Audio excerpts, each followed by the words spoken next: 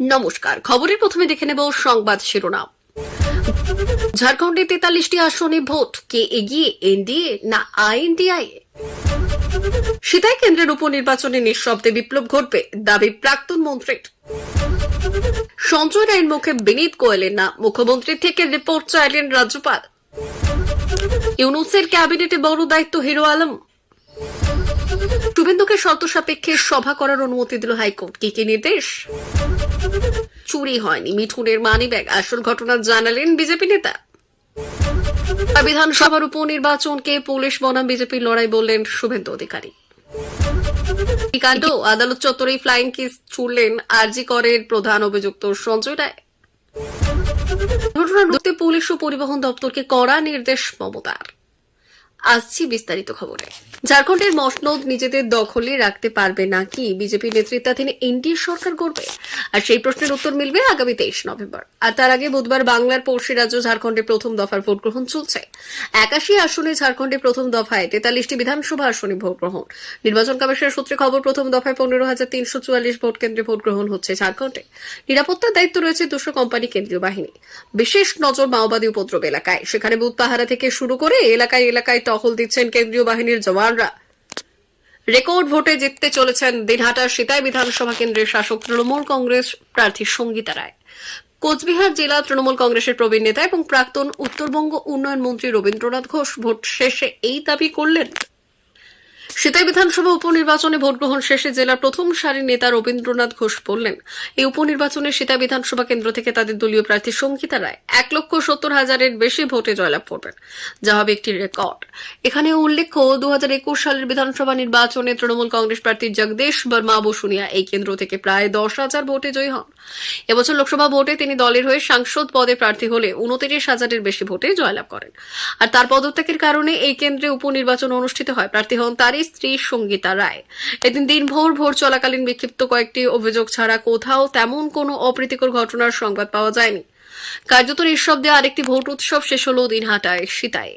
বুধবার রাজ্যে 6টি কেন্দ্রের সঙ্গে দিনহাটার সিতাই বিধানসভা কেন্দ্রের উপনির্বাচন অনুষ্ঠিত হয়েছে। বিরোধীদের অবাধ ছাপ্পা ভোটের অভিযোগের মধ্যে শাসক তৃণমূল কংগ্রেস দলের পক্ষ থেকে শান্তিপূর্ণ ভোটের দাবি করা হয়। 3 লক্ষাধিক ভোটারের এই কেন্দ্রে এদিন বেলা 5টা পর্যন্ত 66.35% ভোটদাতা তাদের ভোটাধিকার প্রয়োগ করেন বলে জেলা তথ্য ও সংস্কৃতি দপ্তরের আধিকারিক অঙ্কিরা দত্ত জানান। এদিন দিনহাটা মহকুমার অন্তর্গত সিতাই বিধানসভা কেন্দ্রের বিভিন্ন বুথে ভোট চলাকালীন বিরোধীদের পক্ষ থেকে নানা অভিযোগ উঠে আসে।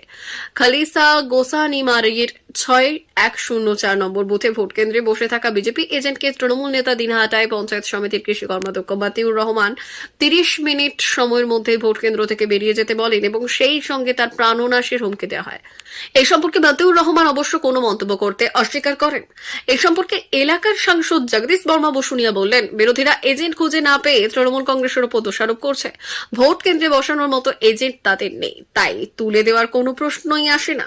আর এই নিয়ে উত্তরবঙ্গ উন্নয়ন মন্ত্রী ও দিনহাটার বিধায়ক উদয়ন গুহ বিরোধীদের প্রতি কটাক্ষ করে বললেন, বিরোধীরা আগেই যদি তৃণমূল নেতাদের জানাতেন যে তাদের এজেন্ট প্রয়োজন, সেক্ষেত্রে তা জোগাড় করে দেওয়া হতো। দিনহাটা 1 নম্বর ব্লকের অন্তর্গত বড় ষোলমারি গ্রাম পঞ্চায়েতের অধীনে একটি বুথে ইভিএম মেশিনের 1 ও 2 নম্বর বোতাম সেলোটেপ দিয়ে আটকে রাখা হয়েছে বলে অভিযোগ।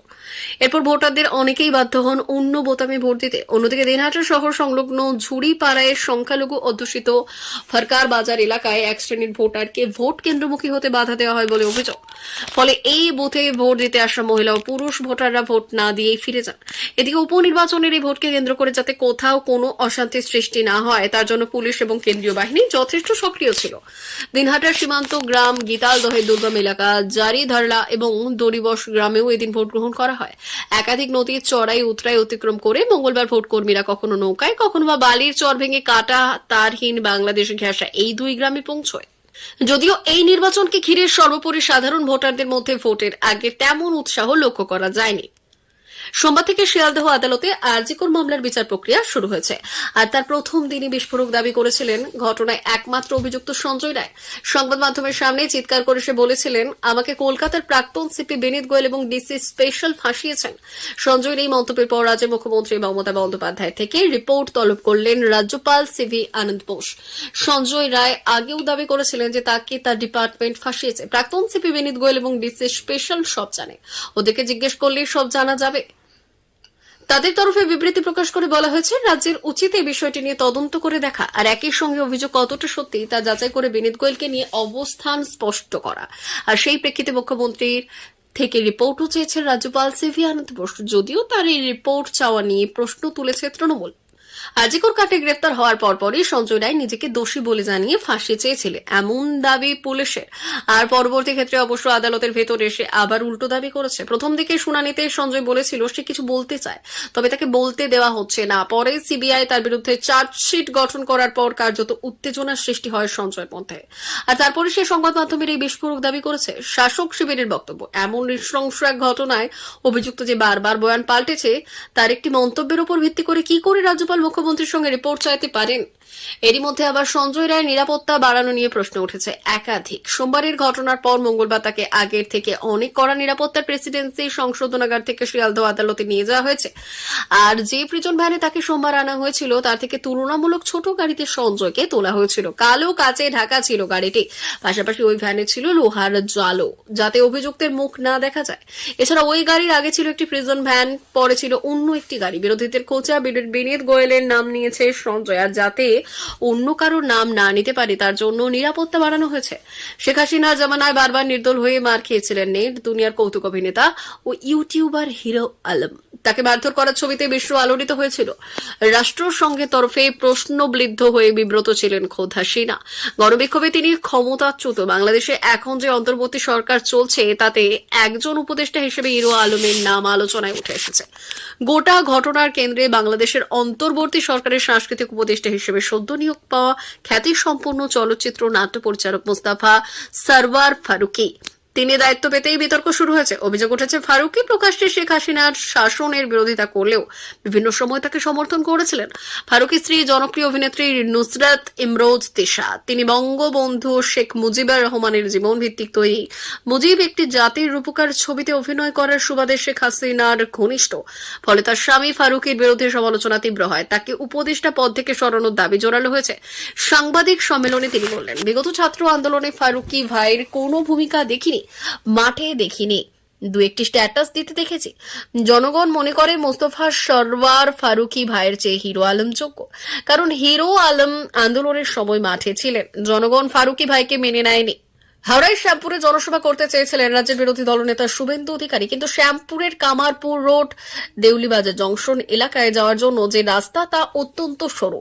ফলে সেখানে বিরোধী দলনেতার জেড ক্যাটাগরি নিরাপত্তা সহ কনভয় ঢোকা বা বেরোনো কষ্টকর। আর এই যুক্তি দেখিয়ে পুলিশ এই সভা করার অনুমতি দেয়নি। তবে শুরুতে অনুমতি না পেলেও হাইকোর্টের দ্বারস্থ হয়ে শেষমেশ ছাড়পত্র পেলেন শুভেন্দু। তবে কলকাতা এই শেষবারের জন্য অনুমতি দিচ্ছে। জাতীয় সড়কের ধারে সভা করলেও আমি অনুমতি দেব, কিন্তু এরপর সভার জন্য মিনিমাম 20 মিটারের কম চওড়া রাস্তা হলে সেখানে সভার অনুমতি দেওয়া যাবে না, এটা লক্ষ্য রাখবেন। পাশাপাশি শুভেন্দু অধিকারীর আইনজীবীকে সতর্ক করে বিচারপতি বললেন, জেড ক্যাটাগরির ভিআইপি কোনো ঘটনা ঘটে গেলে পুলিশের কিছু করার থাকবে না। এদিকে হাইকোর্টের মামলায় বিজেপির আইনজীবী জানান যে নিরাপত্তা নিয়ে কোনো সমস্যা হবে না, এই কথা বলে তিনি মুচলেখা দেওয়ার দাবিও করেছেন। আর এই দাবির উত্তরে বিচারপতি তীর্থঙ্কর ঘোষ বললেন, মুচলেখা দিলেও কোনো ঘটনা তারপর ঘটে গেলে জীবন বাঁচানো যায় না। পাশাপাশি শুভেন্দু সভা নিয়ে আরও কয়েকটি নির্দেশিকা দিয়েছে হাইকোর্ট। বিচারপতি ঘোষ বলেছেন, ওই মাঠে 1000 লোক নিয়ে সভা করতে পারবে বিজেপি। শুধু বিরোধী নেতা ছাড়া আর কেউ গাড়ি নিয়ে মাঠের কাছাকাছি যেতে পারবে না, সবাইকে হেঁটে যেতে হবে বড় রাস্তা থেকে। ঝাড়খণ্ডে বিজেপি নির্বাচনী প্রচারে গিয়েছিলেন মিঠুন চক্রবর্তী, সেখানেই চুরি হয়ে গিয়েছে তার মানিব্যাগ, এমন অভিযোগ উঠেছিল। কিন্তু বিজেপির ধানবাদ জেলা সভাপতি এই অভিযোগ মানতে নারাজ। সংবাদ সংস্থা পিটিটিআই জানিয়েছেন, আসল ঘটনা, অভিযোগ প্রচার চলাকালীন মহাগুরুর মানিব্যাগ খোয়া যায়। এই খবর চাউর হতেই বিজেপি নেতৃত্ব মঞ্চ থেকে মাইকিং করে বিষয়টি জানায়। ঘটনায় তীব্র চাঞ্চল্যের সৃষ্টি হয়েছে। মঞ্চ থেকে ঘোষণা করা হয়, जो भी मिठुन दा का मनी बैग लिया है वो आके लौटा दीजिए, उसमें मिठुन दा का जरूरी कागज है, মানিব্যাগ নিয়েছেন ফিরিয়ে দিন, ওতে ওর জরুরি কাগজ আছে। এই ঘোষণার ভিডিও সোশ্যাল মিডিয়াতে ছড়িয়ে পড়ে। তবে চুরির অভিযোগ মানতে নারাজ বিজেপির ধারবাদ জেলা সভাপতি ঘনশ্যাম গ্রোভার।